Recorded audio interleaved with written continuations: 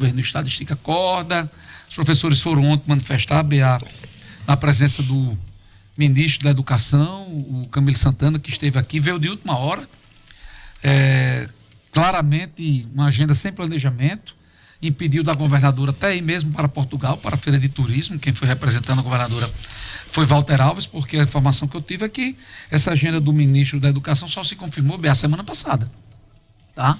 Então não estava planejado, e veio fazer lançamento de novos programas educacionais, deu uma terceirizada de responsabilidade, dizendo que o plano do IDEB assumiu que o IDEB daqui não está bem, mas que vem melhorando e que os municípios têm grandes responsabilidades sobre isso.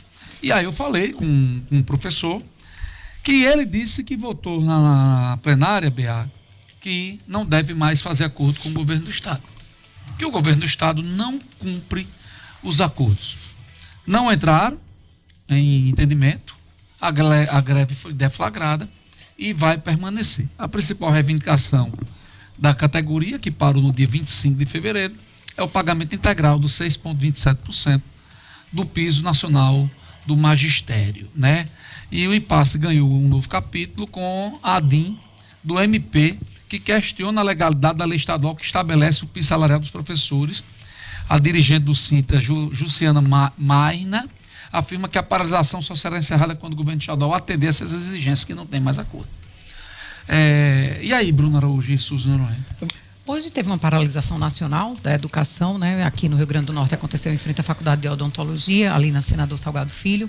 A educação brasileira a educação no Brasil, ela está gemendo. Ela está sofrendo, e não é de hoje, é um massacre aos professores, só entende o que está acontecendo quem realmente precisa. Os professores, eles não entram num acordo. Gente, eles não entram num acordo porque eles precisam fazer acordo sempre, eles precisam ceder sempre, e isso impacta diretamente na qualidade do ensino da nossa população. Quando a gente pega os números do Brasil, quando a gente pega o IDEB, quando a gente pega qualquer outra referência nacional, a educação brasileira tem avanço, mas tem retrocessos. E é difícil você ensinar com qualidade, é difícil você ir para uma sala de aula com qualidade, porque não é só a questão da educação mesmo, de ensinar matemática, português, vem outros aspectos ao redor. Então, quando você vê o Brasil inteiro, a educação inteira, e não só estadual, como está acontecendo hoje, a paralisação é nacional, são professores das redes federais também parando, a UFES aqui, a representante, a UFRN também parou hoje. Então, é uma questão de descontrole do governo inteiro. E quando a gente tem aí a dobradinha, PT nacional com PT estadual, dá essa situação que está dentro do Rio Grande do Norte. Olhar para os professores e dizer, vocês têm que voltar para a sala de aula porque os alunos estão sendo prejudicados, é uma realidade. Mas ou eles protestam, que é algo de direito deles, ou eles não vão conseguir ter qualidade de vida. Você tem noção do que é você cuidar do filho dos outros?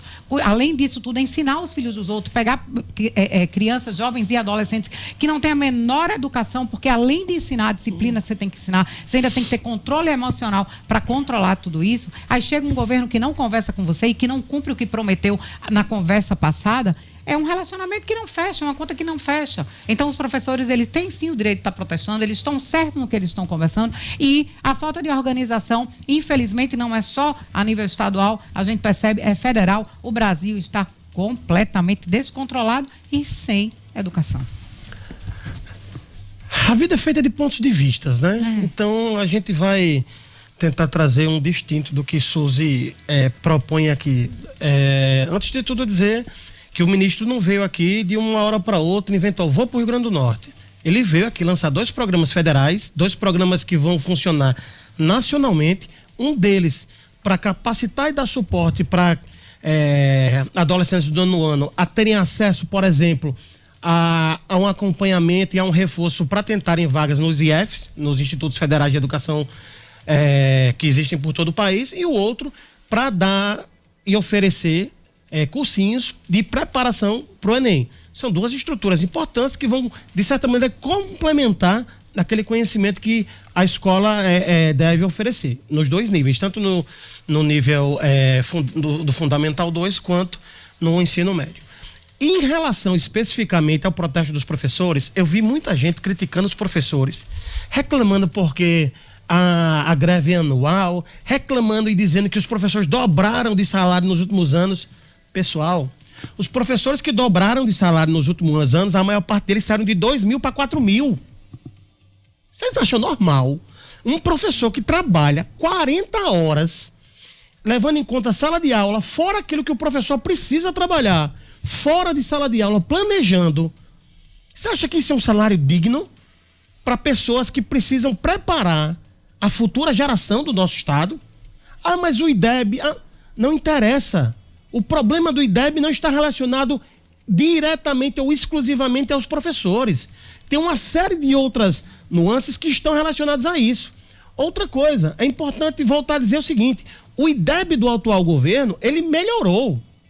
Porque veio do governo Robson Faria, o IDEB que tinha, ele caiu durante a pandemia e caiu em todo o país, obviamente em função do abandono, de afastamento de pessoas da sala de aula, e a gente retornou ao patamar que estava. E há uma perspectiva de crescimento. Esse ano, a gente deve ter um novo IDEB sendo divulgado e a gente deve ter uma informação de que os números do Rio Grande do Norte devem melhorar. Vamos esperar e ver se de fato isso se confirma. Mas voltando à questão dos professores em si, o que eles pleiteiam, na maior parte daquilo que é dito, é justo. O problema é, o governo do estado está limitado, especificamente no caso do reajuste ser oferecido a toda a classe, que isso foi uma liberalidade do próprio governo do Rio Grande do Norte. Só o Rio Grande do Norte tem acho que 2 estados que ofereceram para toda a categoria, inclusive aposentados, o reajuste linear. E aí o Rio Grande do Norte teria sido impedido por uma ação na Justiça do Ministério Público de continuar oferecendo esse reajuste assim. E aí é uma decisão judicial. Aí a gente vê muitas vezes, decisão judicial tem que cumprir? Tem que cumprir. O que o Rio Grande do Norte precisa fazer, o Rio Grande do Norte, o governo do Rio Grande do Norte é réu no processo. Vai lá, Bruno. Eu cantei essa bola, você estava no programa, dessa dobradinha, né? Quando agora é dobradinha. Tá bom. E você é testemunha que eu disse isso aqui ano passado. Você estava do meu lado quando eu comentei que essa ação de inconstitucionalidade era para ajudar o governo do estado. E os outros anos? Só um minutinho, Bea. Eu escutei. Você vai lá. Era para ajudar o governo do estado. E vou dizer mais, 2 observações. Eu não disse que o ministro veio aqui de cima da hora. Eu disse que essa agenda não estava feita. Não, mas eu não disse isso. Não estava feita. A prova disso é que a governadora ia para a Feira do Turismo em Portugal e deixou de ir. Sim, foi o vice-governador Walter Alves. Isso. Se essa agenda do ministro tivesse há 30 dias feita, a governadora não teria só cancelado semana passada. Foi isso que eu disse. Sobre a questão dos professores, quem está queimando os professores é a militância do governo do estado. Não, mas não. Não, eu tenho visto, inclusive, isso na imprensa. Eu não vou expor aqui, mas eu lhe mando aqui 5 mensagens de cargo comissionado e de pessoas ligadas ao PT, mandando mensagem com notícias questionando a atitude do sindicato e dos professores. Quem está botando os professores na berlinda, quem está desgastando os professores é a milícia, a estratégia de militância do Partido dos Trabalhadores e do governo do estado. Veículos de comunicação ligados ao governo do estado, blogueiros que recebem dinheiro através de segundos e de terceiros, para não ter link oficial com o governo e recebe através de A ou de B. Olha, tem muita coisa acontecendo esquisita. Porque para atingir os objetivos, meu amigo, vocês não têm noção do que é que está acontecendo, não.